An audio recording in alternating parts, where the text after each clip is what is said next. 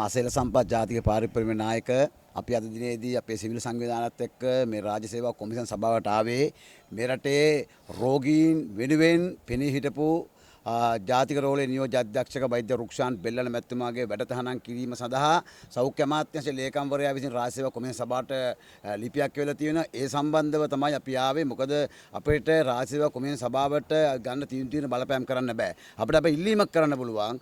මේ අවස්ථාවේදී මේ රෝගීන් වෙනුවෙන් දැවැන්ත කාර්යබාර කෙනෙක් අපි රජයට මතක් කරනවා. පහුගිය කාලේ රජය අපහසුතාවපත් කරනවා සුවිශාල වැඩබාජන ගියා සෞඛ්‍ය ශාස්ත්‍රයේ. හැබැයි එතුමා ඒ පැත්ත නෙමෙයි ගත්තේ. එතුමා ගත්ත රෝගීන්ගේ පැත්ත. මතක ඇති රෝගීන් ගාවට ගිහිල්ලා රෝගීන් පොලිමේ ඉන්නකොට ක්ලිනික් වල ගිහිල්ලා සායන වල ඒ හැමතැනම ඒකද ජාතික රෝහලේ අර රත වාහන වලින් විසිදුන අනුතුරු සම්බන්ධ පෙන්න මේ රත වාහන සම්බන්ධව දැවැන්ත කාර්යභාරයක් කරේ එතුමා. එතකොට අපි පැහැදිලි ලෙසම කියනවා පහුගිය කාලේ මතක ඇති මේ රූපායන නාලිකාවල සංරක්ෂිත දර්ශන ඇති ජාතික රෝහල මතින්තර කලාපයක් කරන දැවැන්ත කාර්යභාරයක් කරේ වෛද්‍ය රුක්ෂාන් බෙල්ලන මැතිතුමා. අපි දන්නවා ජාතික රෝහලේ මොකක්ද අත්ති කියන එක. ඒ නිසා මේ වන විට ජාතික රෝහලේ මේ මතින්තර කලාපයක් කිරීමේ මේ මත්ද්‍රව්‍ය ජාවාරම් කරු ටික මේ පිටිපස්ස ඉන්නවද කියන සැකය තියෙනවා. ඒ නිසා අපි අනිල් ජාසිංහට එකක් කියනවා. දැන් මේ 60 පැනලා වෙවුල හරිද සයිලෙන් මැරිච්ච අප්පුහාමිලා මේ අවුරුදු ගානක් තීච්ච හැම ආණ්ඩුවකම මේ තනතුරු දරමින් මෙයාලා මේ කරන්නේ මොකද්ද?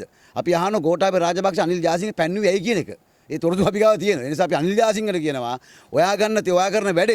ඔයා කරන වැඩෙන් පත් වෙන ආණ්ඩුව තමයි අපහසුතාවපත් වෙන්නේ. ඒක මතක තියාගන්න. අපි නලින් ජයසිංහට කියන කරුණා කළා අනිල් ජාසිංහගේ වංචා දූෂණ අල්ලස් කොමිතුර ගිහින් දුන්නාන් පස්සේ ඒ මිනිස්සුන්ට විරුද්ධව වැඩතහනම් කරන්න කොහොමද කරන්නේ? අපි අල්ලස් කොමිතුවේ රංග දිසානම් අපි කියන කරුණා කළා. ඔබතුමාට මේ පයිල්ල ගැවිලා තියෙන ඔබතුමාගේ ක්‍රියාමාර්ගය මොකක්ද කියලා අපි එනවා හිටින්ද බලන්න.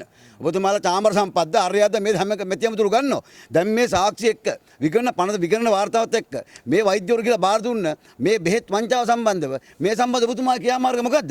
ඒ නිසා ඔබතුමාලා කල්මැරීම තුල වෙන්නේ අර මේක පැමිණිලා බාර දීපු මිනිස්සයාගේ වැඩතහනම් කරන එක. මේක රාජධාමතුමා කාලෙත් මේ දේවල් වුණේ. රාජධාමතුමාට මොනතරම් වෛද්‍යවරු බැන්නද? කවදාක වැඩතහනම් කරන්න ගියේ නැහැ. හරිද? හැබැයි මේ සෞඛ්‍ය අමාත්‍යවරු නිහඬව ඉන්නෝ සෞඛ්‍ය ලේකම් වැඩ කරනවා. ඒ නිසා අපි කියන අනිල් ජාසිංහට ඔයාගේ විශ්‍රාම යන කාලේ හරි ඒ නිසා ඔයා ගෞරවණ විශ්‍රාම යන්න ඔයා මේ වැඩේ මැදිහත් වෙලා වෛද්‍ය රුක්ෂාන් බෙල්ලන්ගේ වැඩ තහනම් කරොත් අන්න එදාට බලා ගන්න පුළුවන් මේ සිවිල් ව්‍යාපාරය සහ මහ ජනතාව ගන්න ක්‍රියාමාර්ග මොකක්ද කියන එක. ඒ නිසා ඔයාට දැම්ම ඉඳලා වෙන්න වදින වාහනයක් හෝ ඒ වගේම යන තැන් වලට ආරක්ෂිත වාහනයක් හෝ දැම්ම ගෙනත් තියාගන්න රුක්ෂාන් බෙල්ලන කියන්නේ වෛද්‍ය වෘත්තිකයන් මේ සටන් කරද්දී ඔහු වෙනුවෙන් පෙනී හිටියන්නේ නෙමෙයි. ඔහු පෙනී හිටියේ රෝගීන් වෙනුවෙන්. අන්න ඒ නිසා තමයි අපි ඔහු වෙනුවෙන් මේ පෙනී ඉන්න එක මම මතක් කරනවා.